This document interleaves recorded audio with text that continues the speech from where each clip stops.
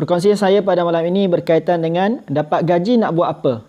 Apabila kita dapat gaji, apa yang kita perlu lakukan? Jadi setiap perkara apabila kita dapat, setiap kali kita dapat gaji, kita mesti perlu ada perancangan berapa persen untuk setiap perkara-perkara yang kita nak belanjakan.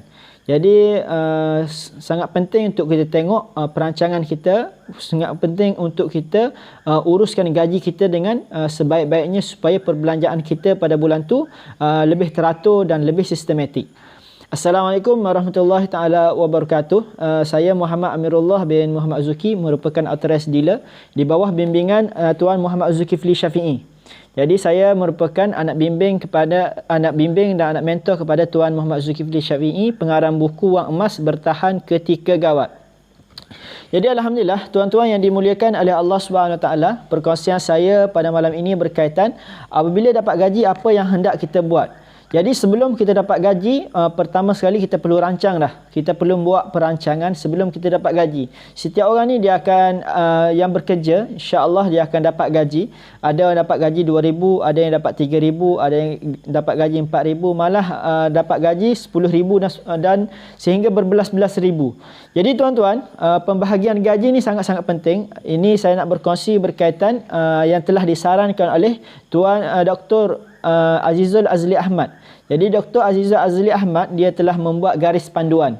Garis panduan pembahagian gaji apabila kita dapat gaji. Ini hanyalah panduan yang diberikan oleh Dr. Azizul Azli Ahmad. Jadi kita boleh ambil pedoman, kita boleh ambil contoh daripada pembahagian yang telah dibuat oleh Dr. Azizul Azli Ahmad. Jadi tuan-tuan yang dimuliakan oleh Allah Subhanahu Wa Taala, sebelum saya hurai berkaitan dengan pembahagian gaji, pertama sekali seperti mana sesi J100 Talk Show sebelum ni baru sahaja habis tadi pada pukul 10 minit malam tadi. Jadi antara yang diberitahu oleh moderator, apabila dapat gaji ataupun apa-apa imbuhan, kita perlu rancang kepada 3 bahagian. Yang pertama sekali, kita perlu merancang untuk kita membayar hutang. Yang pertama sekali, apabila kita dapat gaji, kena membayar hutang dulu. Yang pertama sekali, kita perlu bayar hutang. Hutang apa? Hutang dengan bank ataupun hutang dengan orang. Jadi tuan-tuan yang dimuliakan oleh Allah Subhanahu Wa Taala, kita ni mungkin apabila kita terdesak nak guna duit, kita akan hutang dengan mak kita, ayah kita ataupun adik-beradik kita ataupun kawan-kawan kita. Jadi yang pertama sekali, apabila kita dapat gaji, sempurnakan bayar semua hutang-hutang yang kita berhutang ni. Bayar hutang dulu. Jangan kita buat pelaburan simpanan dulu, kita bayar hutang dulu. Hutang ni wajib dia bayar walaupun tidak dituntut. Orang tak tuntut daripada kita, kita wajib bayar juga hutang itu. Jadi secara asas dia dapat gaji, terus bayar hutang dulu. Buat bayaran hutang dulu. Ini perkara-perkara yang sangat-sangat penting. Pertama sekali, dapat gaji, perlu bayar hutang dulu. Sebab apa tuan-tuan yang dimuliakan oleh Allah SWT, berkaitan dengan hutang ni sangat-sangat Nabi SAW titik beratkan. Sesiapa yang mati walaupun dia mati syahid, dia berperang mati syahid, tetapi dia tidak sempurnakan pembayaran hutang dia, roh dia tergantung-gantung. Jadi sangat penting untuk kita usaha untuk bayar hutang kita dulu. Tak kiralah hutang kita dengan kawan-kawan kita, dengan mak ayah kita, dengan jiran-jiran kita ataupun dengan adik-beradik kita, malah hutang kita dengan bank pun perlu disempurnakan. Hutang kita dengan bank pun perlu disempurnakan. Tuan-tuan yang dimuliakan oleh Allah SWT, untuk pengurusan hutang, daripada keseluruhan gaji kita, hutang yang paling bagus sekali yang kita buat ialah 30% daripada gaji kita. Maksudnya 30% sahaja gaji kita guna untuk bayar hutang. Tidak boleh melebihi daripada 30%. Kalau kita hutang melebihi 30%, maka pengurusan keuangan kita tidak sempurna, tidak stabil. Maka berlakulah kita meminjam dengan orang lain, buat personal loan ataupun menyusahkan orang lain sehingga buat minta pinjaman daripada ahlong. Jadi tuan-tuan yang dimuliakan oleh Allah SWT, pertama sekali bayar hutang dan pastikan hutang yang kita buat tidak melebihi 30% daripada gaji yang kita dapat. Kalau gaji 3,000, hutang tidak melebihi 9,000. 30% hingga 45%. Jangan lebih daripada tu. 30% hingga 45%. Jadi Tuan-tuan yang dimiliki oleh Allah SWT, merujuk kepada poster ni, poster Dr. Azizul Azli Ahmad, dia bagi tahu apa, 30% daripada gaji kita. 30%. Ya, okey. Pada malam ini saya ingin berkongsi berkaitan orang yang ada gaji lebih kurang 3,000. Orang yang ada gaji lebih RM RM3,000. Jadi saya akan bagi percentage dan juga nilai duit berdasarkan orang yang bergaji RM3,000. Jadi orang yang ada Allahumma salli ala orang yang dapat gaji RM3,000, pertama sekali apabila dia mesti ada keperluan-keperluan yang perlu dia bayar. Antaranya ialah rumah. Jadi rumah peruntukan duit gaji yang kita perlu untuk kita bayar kepada rumah ni hanya 30% sahaja daripada gaji. Pastikan hutang kita untuk kita bayar rumah tidak melebihi 30% daripada gaji yang kita dapat. Okey, kalau 30%, kalau orang gaji dia 3,000, maka dia perlu peruntukkan RM900 untuk dia bayar rumah. Jadi pastikan rumah-rumah yang kita nak beli, orang yang gaji 3,000 ke bawah, rumah yang perlu dibeli ialah 900 ke bawah. Installment bayaran kepada bank 900 ke bawah. Jadi pastikan tidak melebihi 30% daripada gaji. Jadi apabila 30% daripada gaji, maka bulan-bulanan dia kena bayar ialah 900 setiap bulan. Untuk kenderaan pula, pastikan untuk kenderaan ni tidak melebihi antara 10% hingga 15%. Antara 10% hingga 15%. Sebab tu orang yang bergaji 3,000 ni, kereta yang dia nak beli jangan melebihi RM450 bayaran bulanan. Nah, jangan melebihi RM450. Sebab apa? RM450 ni merupakan nilai maksimum. Nilai maksimum yang boleh dibuat hutang untuk kenderaan. Jadi tuan-tuan, kalau kita campur dua ni, rumah dan juga kereta telah mencapai 45% daripada gaji kita. Jadi sebab tu tuan-tuan yang dimiliki oleh Allah SWT, hutang kita ni jangan melebihi 45% daripada gaji. Termasuk kita campur rumah dengan kereta tadi, tu pun dah capai 45%. Jadi seterusnya ialah untuk makanan. Makanan kita peruntukkan, kita guna 10 hingga 15% gaji. Makanan kita guna 10 hingga 15% gaji, iaitu antara RM300 hingga RM450. Seterusnya berkaitan dengan simpanan ataupun pelaburan. Jadi untuk simpanan dan pelaburan ini antara kita boleh simpan ataupun kita boleh labur di dalam ASB ataupun tabah haji ataupun di dalam bentuk emas. Jadi peruntukan yang disarankan oleh Dr. Azizul Azli Ahmad ialah 20%. 20% ni bersamaan dengan RM600. Jadi kita peruntukkan RM600 duit kita di dalam bentuk pelaburan ataupun dalam bentuk simpanan. Simpanan ni boleh jadi simpanan dana kecemasan ataupun pelaburan-pelaburan yang kita nak ceburi. Dan seterusnya untuk takaful, insurans, hibah ataupun sebagainya, kita peruntukkan 7% daripada gaji kita. 7% daripada gaji kita gunakan untuk bayar takaful. Jadi takaful ni antara perkara yang penting untuk setiap orang ada untuk melindungi diri dia. Jadi takaful ni bukan tempat simpanan. Takaful ialah tempat perlindungan. Apabila berlaku apa-apa terhadap diri kita, jadi duit daripada takaful ni akan cover kita. Jadi yang digalakkan ialah 7% daripada gaji kita, yang bermaksud kita peruntukkan RM210 untuk takaful. Dan untuk zakat. Untuk zakat kita peruntukkan 2.5%. 2.5% daripada gaji kita guna untuk bayar zakat bersamaan dengan RM75. RM75 setiap bulan. Dan seterusnya untuk ibu bapa, 5%. Jadi pastikan ada bahagian ibu bapa daripada gaji kita. Daripada gaji kita ni paling mesti ada bahagian untuk ibu bapa kita. Paling kurang 5% daripada gaji.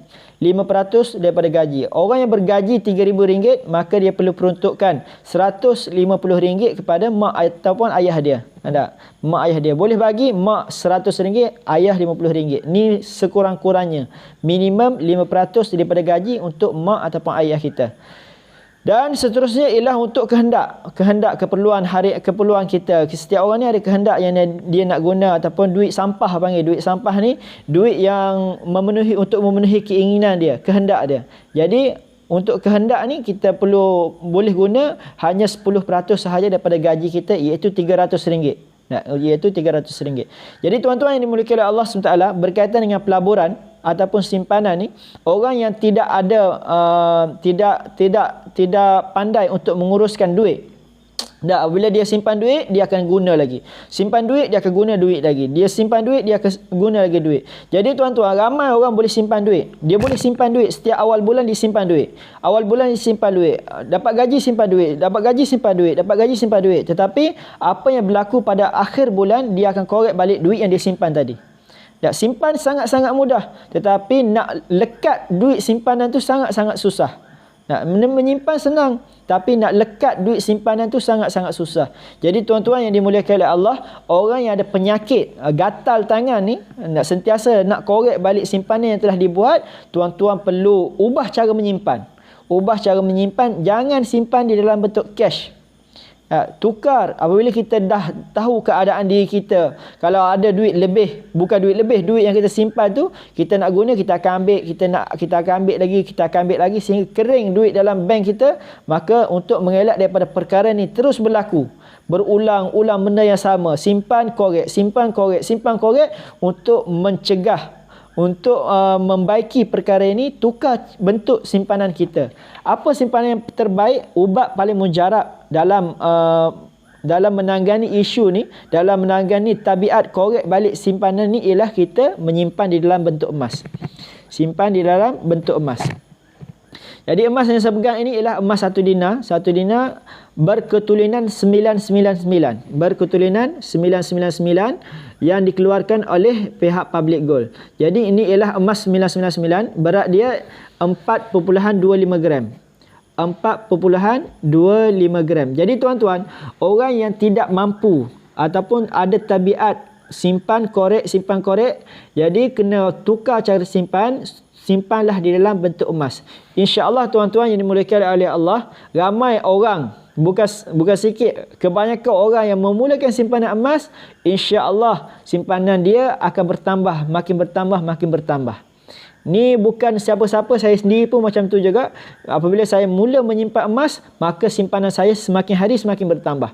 Semakin banyak bulan semakin bertambah. Setiap bulan bertambah. Bukan saya saja, malah ramai penyimpan emas. Tuan-tuan boleh tengok, boleh cek, boleh search, boleh cari testimoni emas. Testimoni penyimpan emas. Apa yang berlaku? Hakikat sebenar dia nak menyimpan hanya 1 gram setiap bulan. Nak simpan 1 gram setiap bulan. Tapi tengok-tengok akhir bulan bukan ada 12 gram. Malah ada 12 dinar. Niat di hati nak simpan 1 gram sahaja. Tapi jadi 12 dinar. Melebihi 50 gram emas. Jadi tuan-tuan yang dimuliakan oleh Allah SWT, jangan biarkan helaian RM100 terus hangus setiap bulan. Sedangkan ianya boleh bertukar menjadi gram emas. Jadi tuan-tuan, berita baik untuk tuan-tuan semua, bersama Public Gold, bersama syarikat Public Gold, kita telah ditawarkan dengan satu program yang sangat murah, sangat mudah, yang mana setiap orang boleh menyimpan emas, iaitu melalui akaun Gold Accumulation Program. Tuan-tuan boleh menyimpan emas walaupun RM100. Tuan-tuan, daripada pembahagian gaji yang saya bagi tahu tadi, ada bahagian untuk pelaburan dan juga simpanan. Jadi untuk bahagian pelaburan dan simpanan, duit khusus kita tu kita terus tukar ke dalam bentuk emas. Dapat sahaja gaji, tukar ke dalam bentuk emas. Supaya apa? Supaya kita tidak korek balik. Kita tak terguna balik duit tadi. Sebab apa? Kalau kita simpan dalam bentuk duit, kita akan korek ujung bulan. Tapi apabila kita tukar dalam bentuk emas, jadi kita akan sayang nak guna duit kita. Sayang kita nak jual emas kita ni untuk kita dapatkan cash. Jadi tuan-tuan yang dimuliakan oleh Allah SWT, bersama Public Gold, kita boleh mula menyimpan walaupun RM100. Boleh mula menyimpan walaupun RM100. Sesiapa yang ada simpanan RM100 sekarang, RM100 sekarang, mula dahulu walaupun RM100. Dan tuan-tuan, apabila tuan-tuan dah mula menyimpan RM100, konsisten dalam membuat simpanan.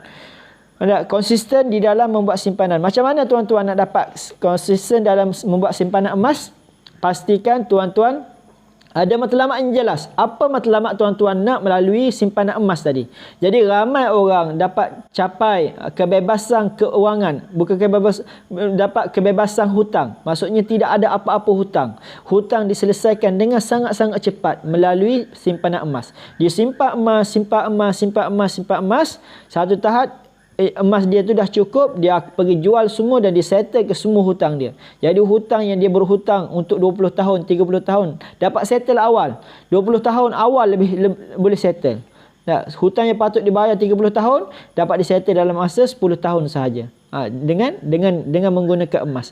Jadi begitu juga kita simpan emas ni mesti ada matlamat, mesti ada tujuan dia. Ada orang simpan emas supaya apa? Untuk beli rumah nanti. Jadi setiap orang ada keinginan untuk ada rumah sendiri. Sampai bila kita nak duduk dengan mak kita, dengan ayah kita, ataupun nak duduk rumah yang disediakan oleh kerajaan ataupun syarikat-syarikat yang kita bekerja. Sebab itulah kita kena ada usaha untuk membina rumah sendiri, kena ada rumah sendiri.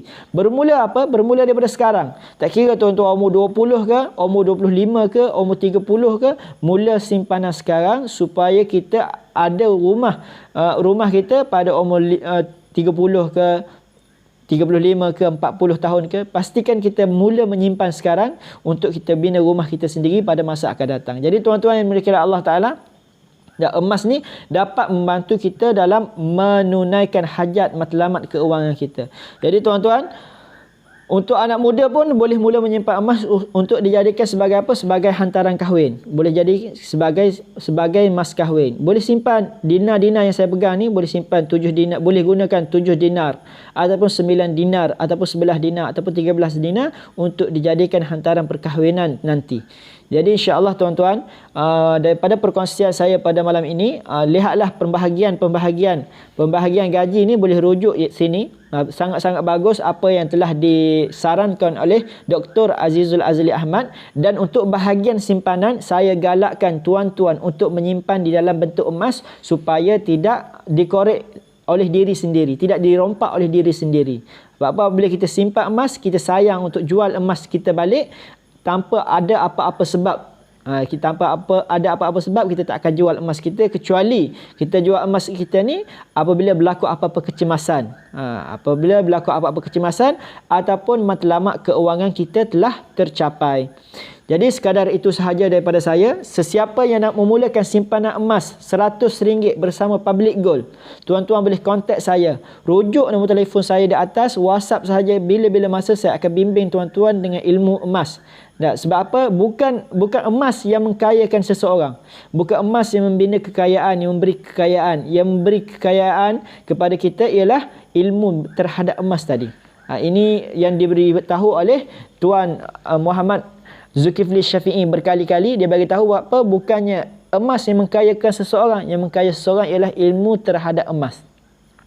Jadi sekadar itu sahaja perkongsian saya pada malam ini. Saya ucapkan terima kasih, jazakallah khair kepada yang menonton, yang komen, yang share live saya pada malam ini. Moga Allah Ta'ala murahkan rezeki tuan-tuan dan permudahkan urusan tuan-tuan dalam menguruskan gaji.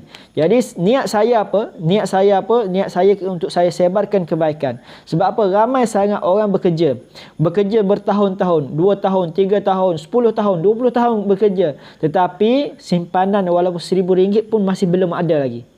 Sebab apa tuan-tuan? Kajian menunjukkan 75% rakyat Malaysia ni tidak ada simpanan walaupun RM1,000.